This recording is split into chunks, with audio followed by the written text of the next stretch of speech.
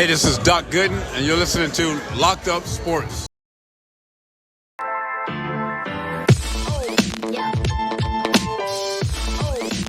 All right, welcome to the show, everybody. I'm Bob Walters. We got a special guest, Cliff Connors, my buddy from college, Plattsburgh State. He's upstate. He's a baseball coach now, assistant coach at SUNY Canton, and he's the manager at the 17 and under Clinton County Mariners, the American Legion team. Cliff, what's up, man? He's also a Mets fan, so we're going to do Mets. Brett, look, I'm already calling you Brett. Cliff, what's up? Thanks for coming on, man. Was good, baby. You did TV in college? I didn't, Mass Comm. So I went for Mass Comm. I actually didn't finish. No, but none of us did. But yeah, I do some play-by-play for some like local football, ice hockey, things of that nature. So you're like the Tom Brady. You're still fresh getting in on it. I get messages from NFHS, sometimes from my buddy who does games, stuff like that. We just go do games, things of that nature. Wrote for the press for a while, sports section. I'm just waking up now after that disaster last night. I went to the Mets game last night. I brought my kid. You don't get to see much of the game when you were a kid. That's why it doesn't matter. It was 12-2. I think I've been saying the whole time that the Mets need to go into Atlanta where they can lose 2 out of 3 and still be okay. Because we know they're going to lose 2 out of 3. Because I've seen this movie a million times. Do you think they're okay now? Do they have to? I think they have to win tonight, right? So tonight for me is a no-brainer. It's an absolute must-win. I think Manaya's the right guy to have on the hill. Suarez is nasty too, but you go into tomorrow, you look at tomorrow, that's Wheeler and McGill. That's their 1 versus our 7 probably, yeah. Right? So that's one where you try to, if you win tonight, you can split with Philly. Even if Atlanta does win, you do have a little bit of a cushion. Yeah, I mean, it's just they have tomorrow off, if I'm not mistaken. Atlanta does. Okay. Yeah, Atlanta's got yes. You're right. They do. Yeah. Do they have Sunday off? No, they don't have Sunday off. No. They play today, but they have tomorrow off. Meanwhile, the Mets. I say we, but it's just that's how we do it. We have to face Wheeler on Sunday with McGill. McGill was good his last time out, but it wasn't. Yeah, but he's good for 4 innings. McGill is good for like 4 innings. Like that's all you're going to get. And the bullpen is a disaster. And the bullpen is going to be why this team goes out. Eventually, when they God forbid they don't win a World Series championship, but that's going to be why. And it's going to be a devastating way. It's going to be Adam Ottavino like last night. It's going to be something. No. He has no business on that postseason roster. Nobody will be. I feel like Adam Ottavino's pitched for this team for 20 years for some reason. I feel like it's because every inning takes 20 minutes. Oh, he's the worst. And I saw him bring him in last night. They gave up last night. Right, they brought him in, which I thought was weird because it was 4-2. They obviously saw Peterson didn't have it, but the game was still within reach when they took him out and they brought Ottavino in, and it's like waving the white flag. 2 batters later, it's a 3-run home run. So I looked pregame at at Peterson's stats against their lineup, and Trey Turner had pretty good numbers against him. So my assumption there was Mendoza went to Ottavino in a spot like he would do in a playoff game, and then think he has all these bridges to get to Diaz, even though we're behind in the baseball game and trying to stay in the game. So is he managing that like he's going to manage in the playoffs? Because I want David Peterson, who's 9-2 or 9-3 now. I want him going after the guy. He threw 67 pitches. It wasn't like he didn't have it. He had it in the first inning. You look good in the first inning. A couple broken bat hits. Yeah, he gave up a couple of hard hit balls and a bomb, but it was going to be one of those games. It was going to be one of those games early on where it was going to be like it was either going to be 12-2, which it was, or it was going to be like 8-6, or they were hitting. The Mets hit a 2-run homer. Iglesias hit a 2-run home run. But I think you're right. Was it Iglesias? He hit a lead. No, he led the game off with a home run. Led the game off with a home run. That's right. But I feel like the Mets aren't going to win if they get to the bullpen in the 4th inning in any game. They don't have anybody in the bullpen. The bullpen's a disaster. No, it is. So if you go into the bullpen, it's over. It's Phil Maton and Edwin Diaz. Yeah, right now it is. He has one guy and then he has Diaz, and he just kind of switches that guy up every couple weeks as he gets a new favorite to get to Diaz, but you're not winning the game. The Mets don't have enough in that bullpen because bullpens are bad anyway. Most bullpens are bad. I don't trust any reliever unless you're Mariano Rivera, right? I don't trust you. I don't Diaz, because look at Diaz. How good was he when he got hurt? That he comes back this year? He blew a week worth of saves earlier in the season. He's not very good, and that's fine. He's a good closer though overall. But this bullpen is a disaster. The Mets, the only way they can win is get 7 innings from their starter, hit the hell out of the ball, score a bunch of runs, and win. Win that way. But you don't win that way in the playoffs. No, you don't win that way in the playoffs. That was the one thing I was talking to a buddy about. I was like, you have got to get 6+, and then you're going to have to get 2 good innings from any of your relievers. And if you need to move guys into the bullpen to do that, that's the only way the Mets are going to win. So you're going to have to go down to 4-man, and you're going to have to make a decision, and then whoever that guy is going to have to bridge. Yeah. Somebody has to step up. If Budo has been good and then bad, Maton, I like Maton. He doesn't throw hard, but gets outs. And Diaz, obviously, everybody coming off a first year or off of an injury like that, they're going to have a bad year. Yeah, and if this is bad, then we have good things to look forward to with him for the next 2. And Lindor, we need Lindor back. You need Lindor 100%, and you don't know it's a back. It could flare up at any time. Right now, they're talking about he's getting shots back there. It's this team. Listen, it doesn't look good. They've given us a good year, though, right?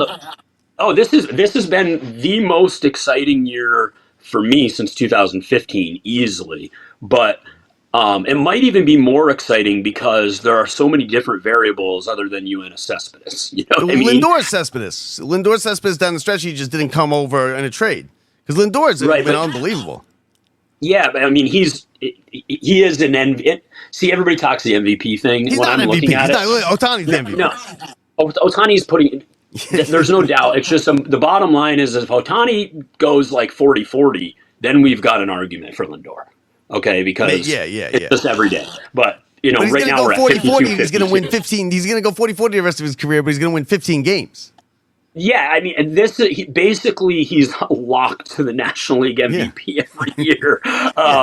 It's disgusting.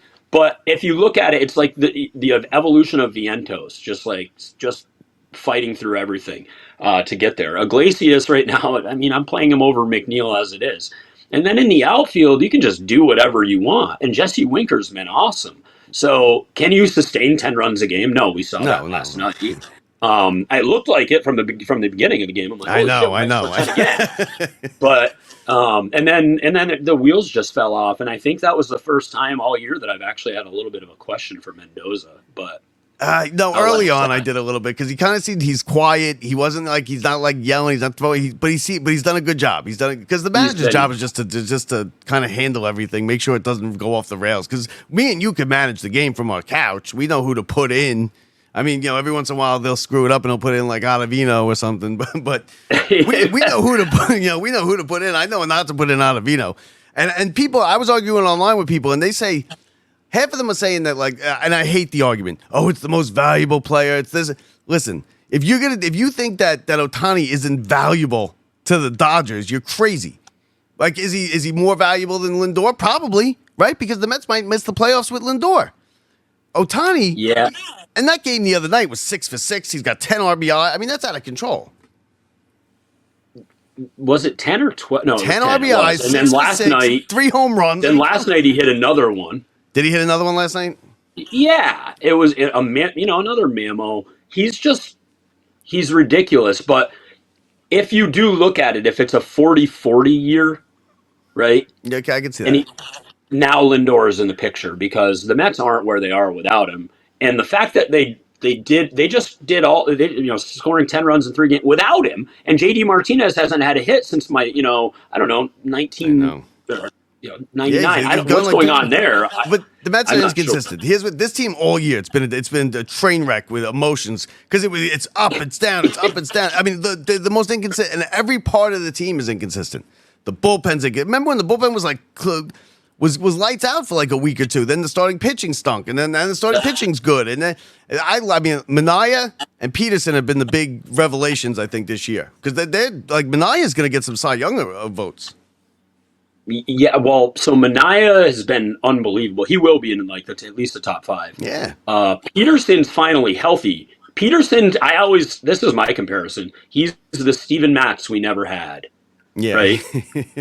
Okay. And then Severino, man, he's pitching like fucking man possessed. I didn't want anything to do with Severino because I watched him all year last year and he literally couldn't get out of the first inning. And they even did a thing. The Yankees, and the Yankees did the thing. They're like, all right, maybe it's just the first inning. We'll have a starter, and then we'll put Severino in the second inning. And they put Severino in the second inning. It was like 9 runs, and he's terrible. Yep.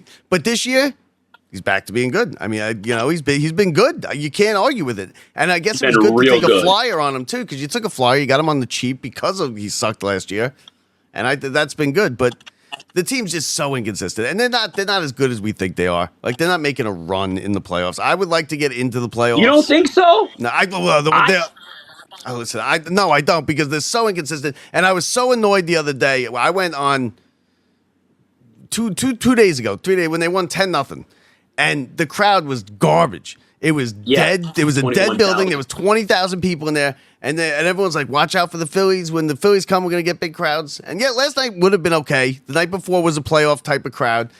But I was there 2 years ago with the empty seats, and I'm still pissed off about that in the upper deck of the playoffs. Like, why are we not showing up to these games? I have no idea. That 2 nights ago, the playoff atmosphere, the Jets were down the street. And they're all Jets fans. Yeah, I mean, most of them Mets. So I'm not sure. That's pretty frustrating to look at. And if you look, I sat 10 rows off the dugout for $9. Now I bought my ticket as I would. Yeah, I bought my ticket as I was walking in off StubHub. $9, okay. $16 total.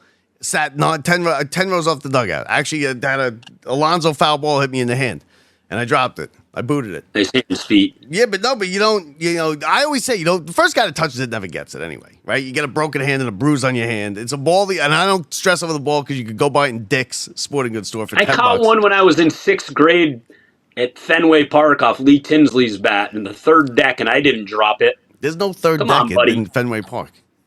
Huh? There's no third deck at Fenway Park.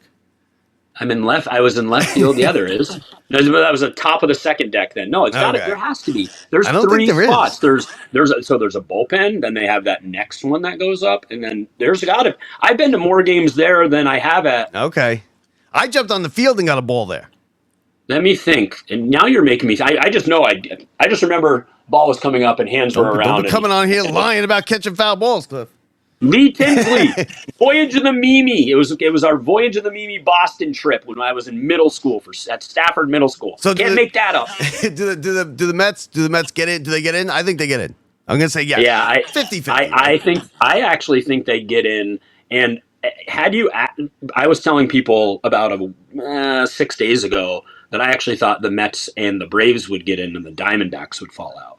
Now, and if the Mets win the next 2 games and the Braves win tomorrow and the Diamondbacks split, then there's a potential for that still.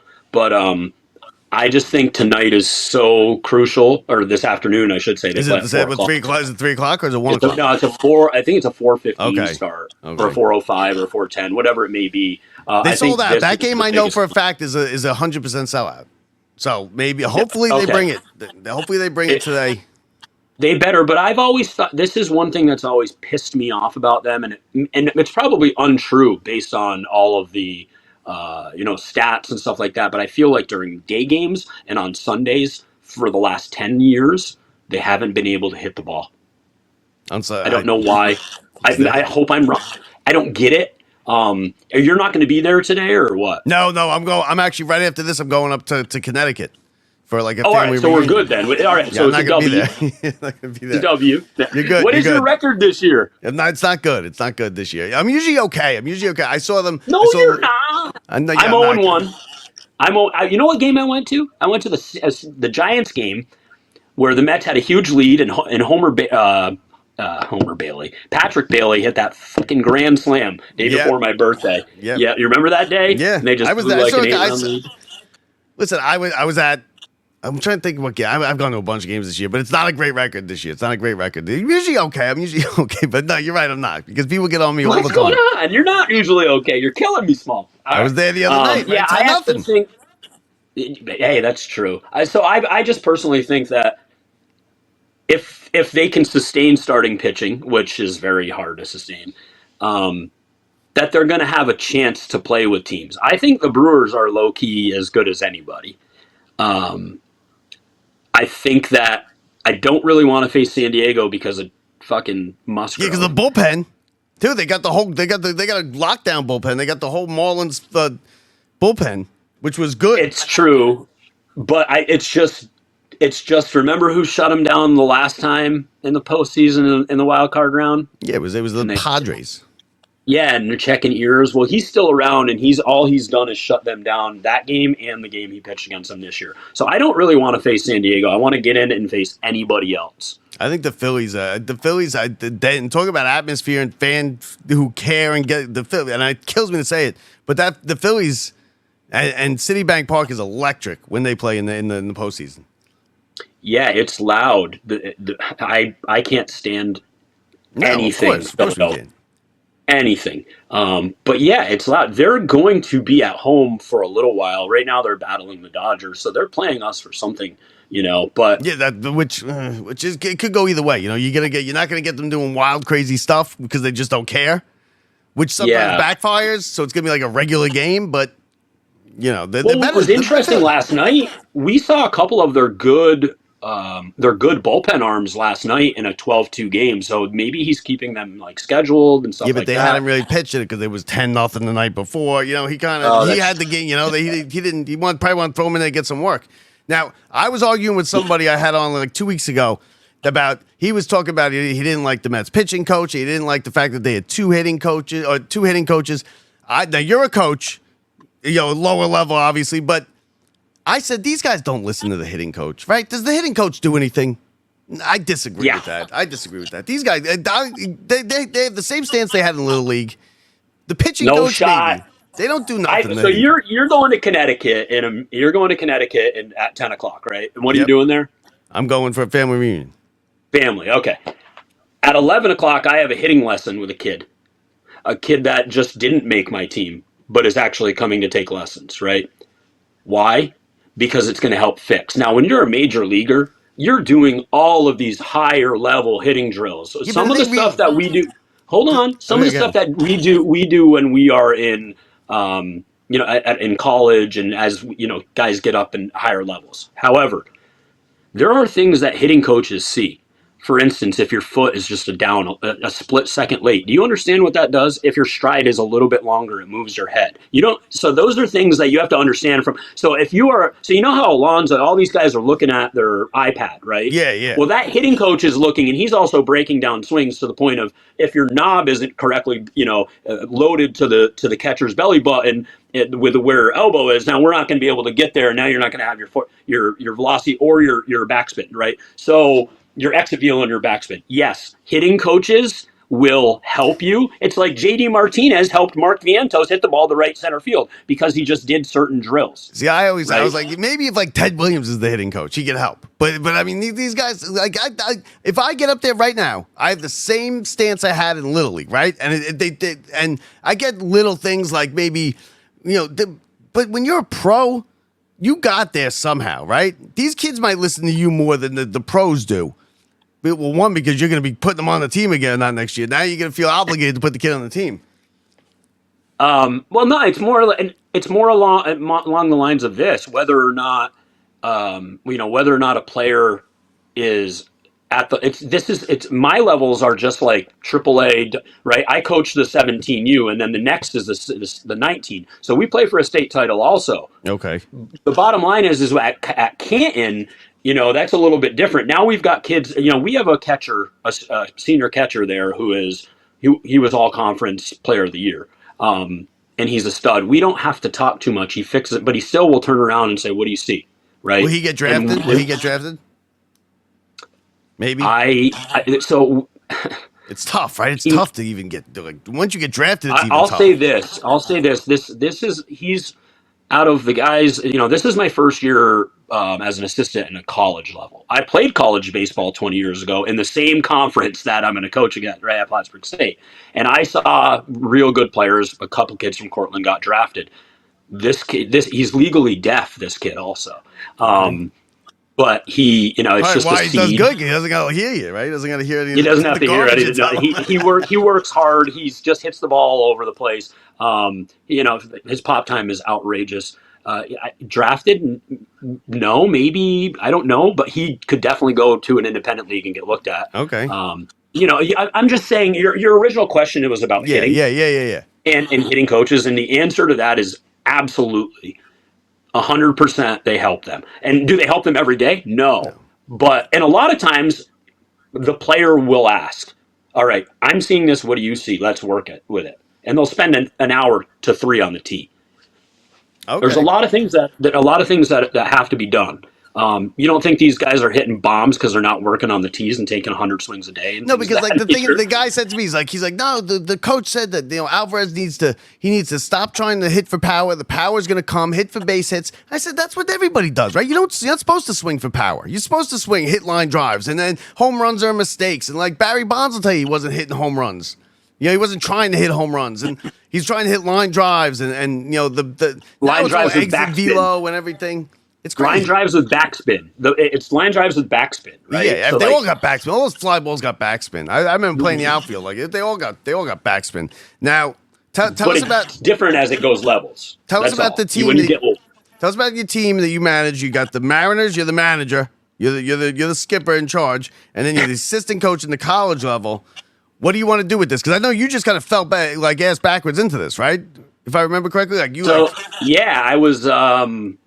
was doing some other things. I was in the sales field. I was kind of traveling, and then I got asked to coach the 15U team, the prep team, and I decided to do it, and I fell in love with it immediately because I hadn't, baseball is my life, and I hadn't been on the field in a long time to coach, play, things of that nature, and I just boom. And then I was 2 years at the 15U level, and now I got moved up to the 17U level, where we now play for a state title. We're gonna play 40 to 45 games in 7.5 weeks next summer, which is a lot. That's a lot of games. We play for a state title. I think I had around 30 at my tryout. I'm gonna carry 17 with a PO, which is a pitcher only. If you're not familiar with that. Okay.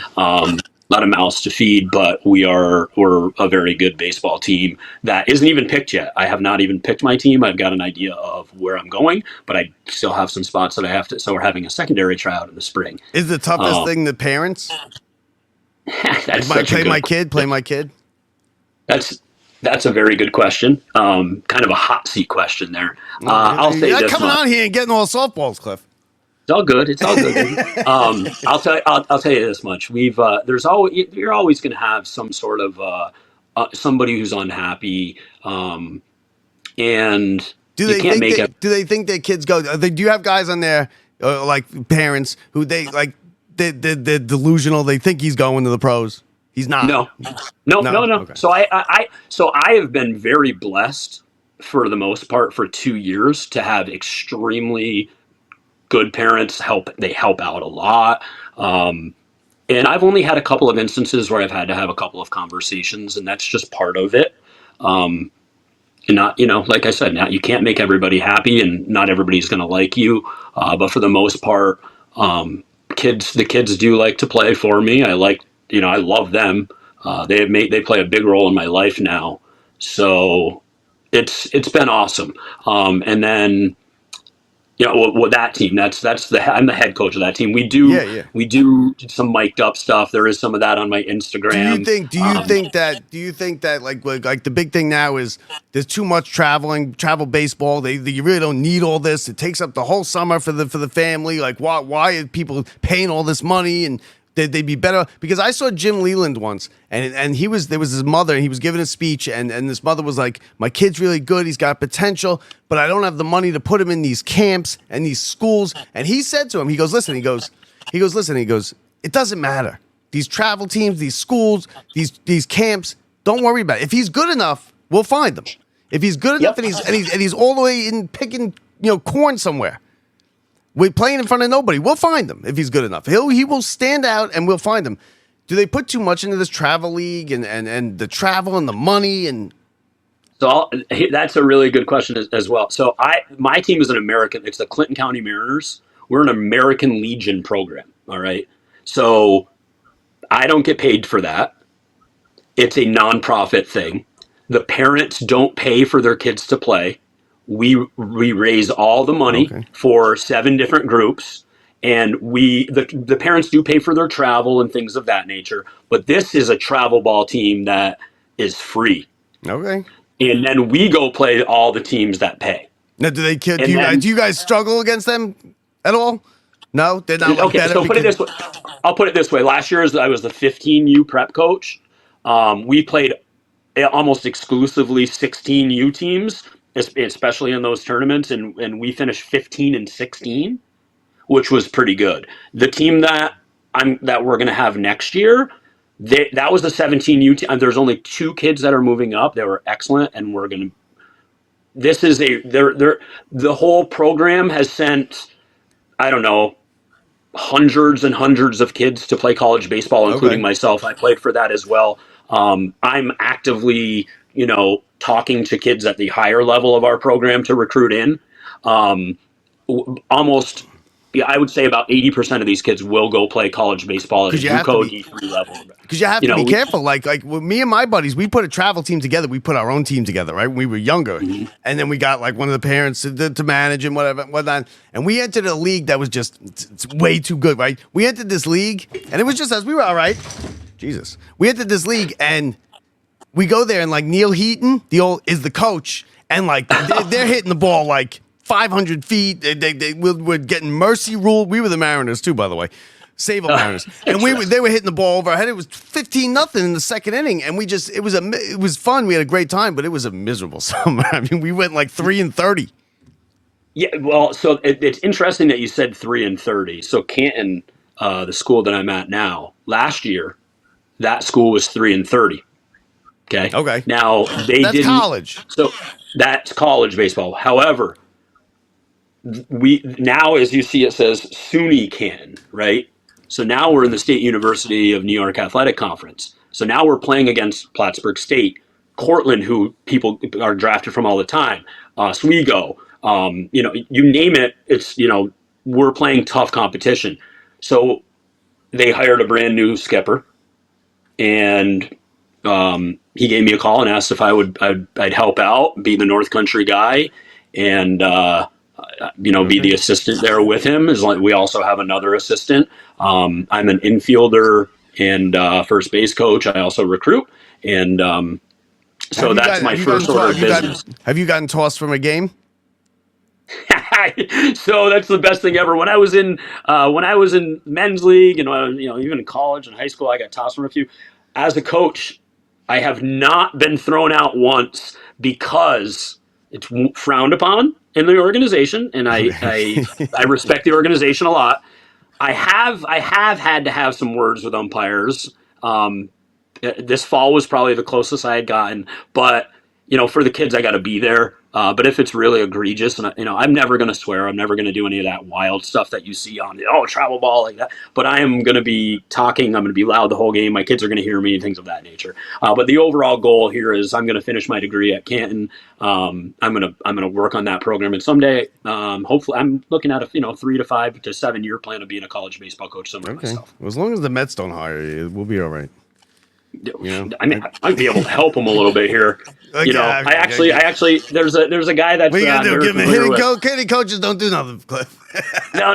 There's a guy I'm very familiar with, though, that I schedule a lot of games from in Montreal, and he's one of the head scouts for the San Francisco Giants. So we talk about that all the time. I'm like, I'll take your job. He's like, you don't want it. Trust me. You don't want it. No, you don't want it. And I've noticed, like, a lot of even these reporters that I deal with, they're miserable. Like, I'm like, what are you doing? You get to go right about the game. Some of them are he really loves it though. Scouting you have to love because you get no public. Like at least these writers are on TV. They're writing in the paper. You're a scout. Nobody knows who you are. You're sitting behind the plate. You're going from city to city. You're we're playing this team in two weeks, and especially baseball scouting. Oh, I mean that you gotta love the game. That you have to love the game. And he does, and I'd love to do something like that, but that's part of recruiting also, and the recruiting portion that I'm just getting into is really really cool. So it's gonna be a ride. So I want one of those shirts, and I'm gonna send you a Locked Up Sports shirt. and we're gonna do a trade. So we're gonna do. Okay, we can. I got to talk that over with. I have to talk that over with. No, dude, put it under the nil now. It's so you can give stuff away now in college, bro. Just paying the nil. We're just waiting for the transfer portal to open and kids to be flooding over to Canton, being like, "Oh, we heard Skip is there, Coach Stevens is there, Coach Connor. Let's go over I'll there, do some recruiting and get your damn kids to watch the show. They're all Bills fans. It's New York sports, right? Get the Bills. Get kids to watch my show. You know what? I'm a Bills fan. I got a lot of these kids. One of our kids that plays his whole arm, he's got just Mr. Matt, David Wright. Good. Like the David Wright. I think it was his not his retirement day. The day the last game he ever played when Reyes came out and all that. I think he's got that as a tattoo. I have to look and see again. He was showing it to me the other day. But anyhow, we want to get the North Country involved in this. I want to show all those people at WQKE who thought I couldn't make it. You know who made it? My old partner. WQKE. You know who my old partner was? Bobby Who Welber. was it? Bobby Welber. Was it really? Yeah. We did games together, and we did a show on every Friday afternoon together. And he's like he's big deal up there now. He's like does the sport. He's like news director, and he did the sports up there and everything. He stuck around the country. I gotta get him on. Yeah, he stayed up there. But I love Bobby. But yeah, we did it. He was my old partner. I see Palmer up here all the time. Yeah, okay. And you know who else we have? We have the guy who does the horse racing. Yeah, a Pie. That's it. Yeah. He's good too. Once in a while, I went down there a couple years ago. See Matty Kahn, him, those guys. Yeah. Okay. It was for Sarah, for the racing, so it was fun. Yeah. So I gotta go because my wife's gonna kill me.